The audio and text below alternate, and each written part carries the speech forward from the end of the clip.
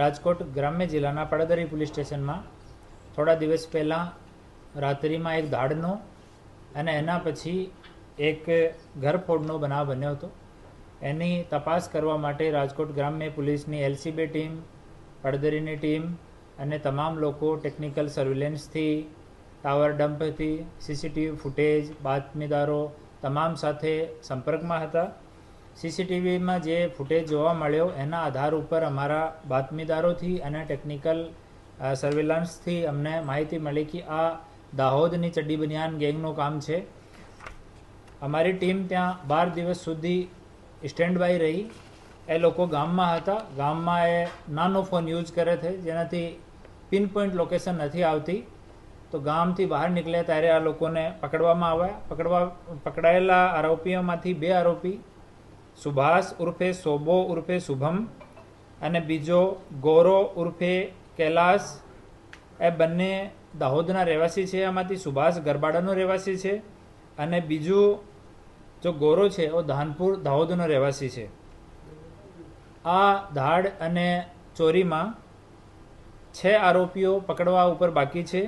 રાજુ સવસિંગ બારિયા, ગરબાડા દાહોદ; ભરત બાદરસિંહ પલાસ, ગરબાડા દાહોદ; રાકેશ રાણિયા પલાસ, ગરબાડા દાહોદ; જયંતી ગરબાડા દાહોદ; પ્રકાશ દિતિયા પલાસ, ગરબાડા દાહોદ; મડિયા ભાબરા અલીરાજપુર. એ લોકો ઓર બાકી છે. એ લોકો ગુજસી ટોકના, આમાંથી 4 લોકો ગુજસી ટોકના આરોપી છે. જામીન ઉપર એ લોકો હાલ છે. અને જ્યારે આની કોર્ટમાં તારીખ આવતી હતી ત્યારે દિવસમાં એ લોકો કોર્ટ અટેન્ડ કરતા હતા અને રાત્રિમાં પડદરી કે આજુબાજુના એરિયામાં જો પણ જગ્યા મોકો મળે ત્યાં એ લોકો ચોરી કરતા હતા. અને ત્યાં કોઈ એક માણસ મળી જાય તો એની ઉપર હુમલો અને ધાક ધમકી આપીને લૂંટ પણ કરતા હતા. આ આરોપીઓ 3 ચોરી અને દાડની કબૂલાત કરી છે. એક પડદરીની દાડની કબૂલાત કરી છે, બીજી પડદરીની ચોરીની કબૂલાત કરી છે અને ત્રીજી રાજકોટ શહેરમાં રાજકોટ તાલુકાની એક ચોરીની કબૂલાત કરી છે. આમાંથી સુભાષ ઉર્ફે સોબો ઉપર 13 ગુના છે, જેમાંથી 2 ગુજસી ટોક છે. ગૌરવ ઉર્ફે કૈલાશ ઉપર 3 ગુના છે. રાજુ સવસિંગ બારિયા ઉપર 22 ગુના છે, જેમાંથી 1 ગુજસી ટોકનો ગુના છે.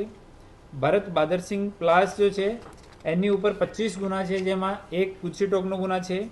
રાકેશ રાણિયા પલાસ ઉપર 15 ગુના છે, જેમાંથી 1 ગુજસી ટોક છે. જયંતી ઉપર 2 ગુના છે. પ્રકાશ દતિયા ઉપર 4 ગુના છે. મડિયા સંજય તિતરિયા ઉપર 2 ગુના છે. આમાં જેટલાના લોકોના જૂના ગુના છે તમામ ગુનાના ઓર્ડર અમે લોકો નીકાળ્યા છે અને કન્સર્ન ડિસ્ટ્રિક્ટ સાથે વાત કરીને જૂના ગુનાઓમાં પણ આના બેલ કેન્સલ કરાવવામાં આવશે.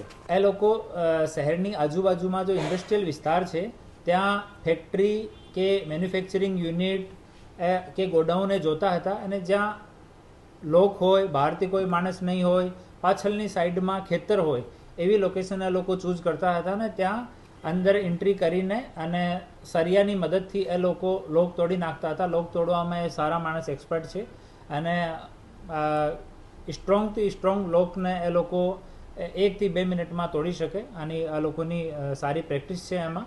ઓર એ લોકો ક્યારે પણ પોતાનો ફોન સાથે રાખતા નહોતા અને પબ્લિક ટ્રાન્સપોર્ટનો જ યુઝ કરતા હતા. જ્યારે દાહોદથી આવતા હતા ત્યારે દાહોદથી એસટી બસમાં, પછી અહીંયા બસ સ્ટોપથી ઓટો રિક્ષામાં કોર્ટ આવતા હતા. કોર્ટથી ઓટો લઈને અને પછી બહારના ઇન્ડસ્ટ્રીયલ એરિયામાં જતા હતા અને દિવસમાં ફરીને જોઈ લેતા હતા કે રાત્રિમાં અહીંયા ચોરી કરવાની છે. પછી ખેતરમાં બેસતા હતા અને નાઇટ સુધી એ વેટ કરતા હતા. જ્યારે 1 વાગ્યાને આજુબાજુનો સમય થઈ જાય ત્યારે એ લોકો ત્યાં ચોરી કરવા માટે એન્ટર થતા હતા. અને આમાં 3-4 લોકો અલગ અલગ રોલ પ્લે કરે છે. કોઈ નિગરાની કરે છે, કોઈ લોક તોડે છે, કોઈ કેસ હેન્ડલ કરે છે.